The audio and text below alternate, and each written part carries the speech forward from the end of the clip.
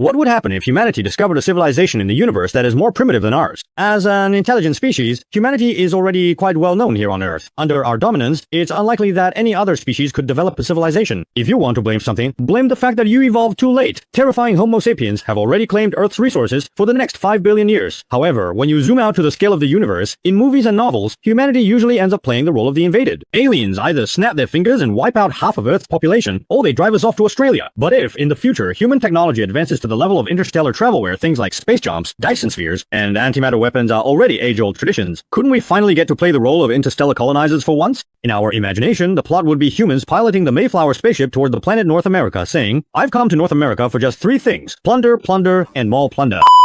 It seems like the strong bullying the weak is just the natural order of things, but actually, it depends on the situation. If by then, humanity is materially and spiritually abundant, then we'd be the great benefactors of the universe. Interstellar colonization? Sorry, the education I received since childhood doesn't support me doing that kind of thing. But what if humanity had just suffered a disaster and was trying to escape, with nowhere to settle in the universe, and happened to discover a habitable planet whose natives were still in the Ice Age? If you don't see such a great place, are you just going to wait for the Trisolarans to come and take it? It's like being single for decades, and suddenly meeting a girl who looks just like Yi Fei Hao. Could you not be tempted? So whether or not to pursue extraterrestrial colonization really depends on humanity's circumstances at the time. Of course, if your planet happens to have resources that humans are interested in, like if vibranium is everywhere, then you can't really blame us. We suspect that your planet possesses weapons of mass destruction, which pose a serious threat to the security of the galaxy, so we need to land and conduct an inspection. If we run into any conflicts, there's no need to hold back. If they want to save face, then let them save face. If they don't, then we'll help them save face. We might even end up enslaving some aliens to help us mine resources. Auschwitz would weep at the thought, and Siberia would pale in comparison. Besides, as the old saying goes, those who are not of our kind must have different hearts.